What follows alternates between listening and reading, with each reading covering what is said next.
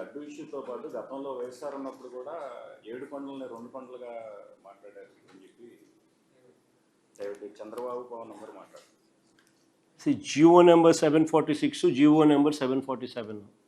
ఒకసారి ఫస్ట్ అది చూడండి, ఒకసారి ఫస్ట్ ఆ జియోని చూడాలి. ఫస్ట్ మీ అందరికీ కూడా ఎడ్యుకేట్ కావాలి. అసలు ఆ జియోలు ఇచ్చింది ఎవరు? రాజశేఖర రెడ్డి గారు ఇచ్చినారు. ఆ జియోలు ఏంటి? టీటీడీని 7 కొండలుగా గుర్తించింది రాజశేఖర రెడ్డి గారు నాన్న. టీటీడీ పరిధిని 350 కిలోమీటర్లకు పెంచింది నాయన. అన్యమత ప్రార్థనలు టీటీడీలోనూ మిగిలిన ఒక 19 గుడుల దగ్గర జరగకుండా కట్టడి చేస్తూ జీవోలు ఇచ్చింది కూడా నాయనే, వైఎస్ఆర్ఏ. చంద్రబాబు నాయుడు గారు అప్పట్లో బీజేపీతో లేడు. ముస్లిం ఓట్స్తో పనిపడింది, క్రిస్టియన్ ఓట్స్తో పనిపడింది. అప్పుడు ఇదే చంద్రబాబు నాయుడు గారు ఏమన్నారు 2009లో 746 జియో 747 జియో వైఎస్ఆర్ గారు ఇచ్చినారు, మేము వచ్చినా క్యాన్సిల్ చేస్తామన్నాడు. ఇది హిస్టరీ. ఆ వీడియో రికార్డ్ ప్లే చేయి మా చంద్రబాబు నాయుడు అన్న మాటలు ఉన్నా. సడన్గా అడిగేసరికి ఎన్ని అంత మా రీసెర్చ్ వాళ్ళు అంత ఇబ్బంది పడతారు. వీడియో క్లిప్పింగ్ పంపిస్తాను నేను చంద్రబాబు నాయుడు అన్న మాటలు, 2009లో చంద్రబాబు నాయుడు అన్న మాటలు.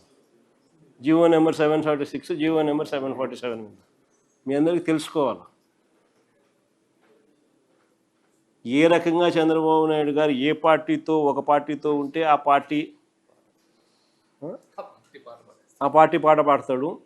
మళ్ళా ఆయనకు ఓట్లు అవసరం ఉన్నప్పుడు ఆ పార్టీ వద్దు అనుకున్నప్పుడు వేరే మళ్ళీ ఓటర్తో మళ్ళీ వేరే రకంగా పని పడినప్పుడు మళ్ళీ ఏ రకంగా ప్లేట్ మారుస్తారనేది ఎగ్జాక్ట్గా నీకు ఆ జియో నెంబర్ 746, జియో నెంబర్ 747 వైఎస్ఆర్ గారు చేసినది. ఆ తర్వాత చంద్రబాబు నాయుడు గారి ప్రసంగం 2009లో ఆయన చేసిన ప్రసంగం.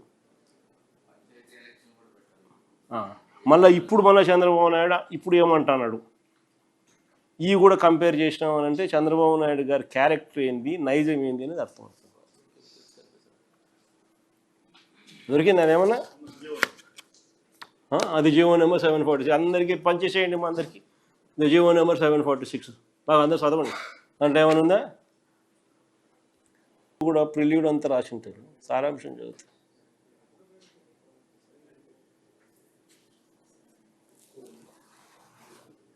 అదే టీటీడీ గురించి పూర్తిగా బ్యాక్గ్రౌండ్ అంతా రాస్తూ దాని విశిష్టత దాని గురించి అంతా కూడా చెప్తూ 7 కొండలు అన్నది డిఫైన్ చేస్తూ జియో ఇచ్చింది.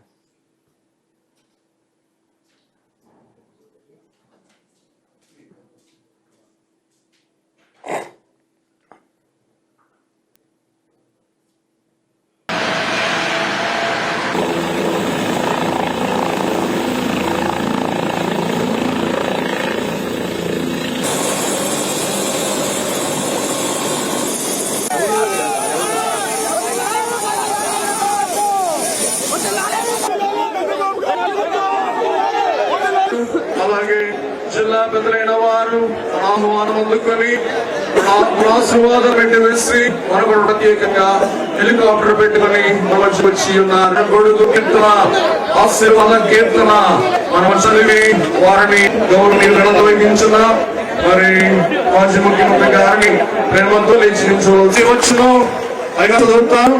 2వ వచనం మనందరం చదివి వాడి సర్వశక్తి నీడలో విస్తరించేవాడు ప్రభుత్వ ఏర్పాటు కొరకు సర్వత్ర సన్నాహాలు జరిగిస్తూ మరి కేంద్రంలో రాష్ట్రం ఉండగా మరి గత 70 సంవత్సరాలుగా ఈ మహాసభ ప్రతి ఏటా జరిగించుకుంటున్నాము. అలాగే మరి మాకు 3000 మంది యాజకులు ఉన్నారని, లక్షలాది మంది వరుసలో ఉన్నామని మీకు తెలియజేస్తున్నాం. కాబట్టి మా దేవుడు చెప్పిన మాట ఏంటంటే ప్రేమించాలి. కాబట్టి మేమందరం ప్రేమించుకున్నాం.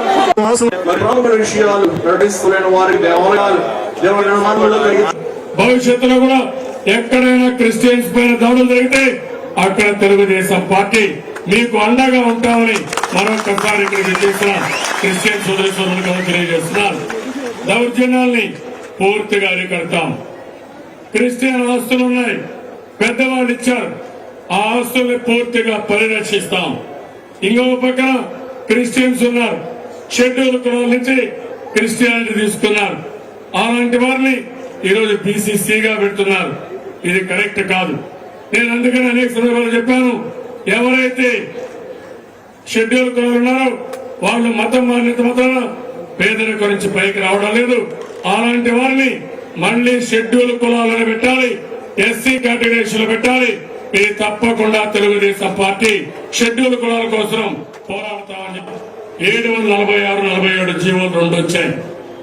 నేనున్నప్పుడు ఎప్పుడు కూడా 746 గాని 47 జీవోలు అవసరం రాలేదు. ఈ ప్రభుత్వం వచ్చిన తర్వాత ఈ 2 జీవోలు కూడా వచ్చాయి. ఈ 2 జీవోలు అడ్డం పెట్టుకుని అధికారులు, పోలీసులు క్రిస్టియన్స్ యొక్క ఫాదర్స్ పైన, రెవరెన్స్ పైన, పాస్టర్స్ పైన ఎక్కడికక్కడ దాడులు చేస్తున్నారు. తెలుగుదేశం పార్టీ దీనికి వ్యతిరేకంగా ఉంటాం. రేపు అధికారంకి వస్తానే ఈ 2 జీవోలు కూడా తీసేస్తామని చెప్పి కూడా నేను మీ అందరికీ హామీ ఇస్తున్నాను.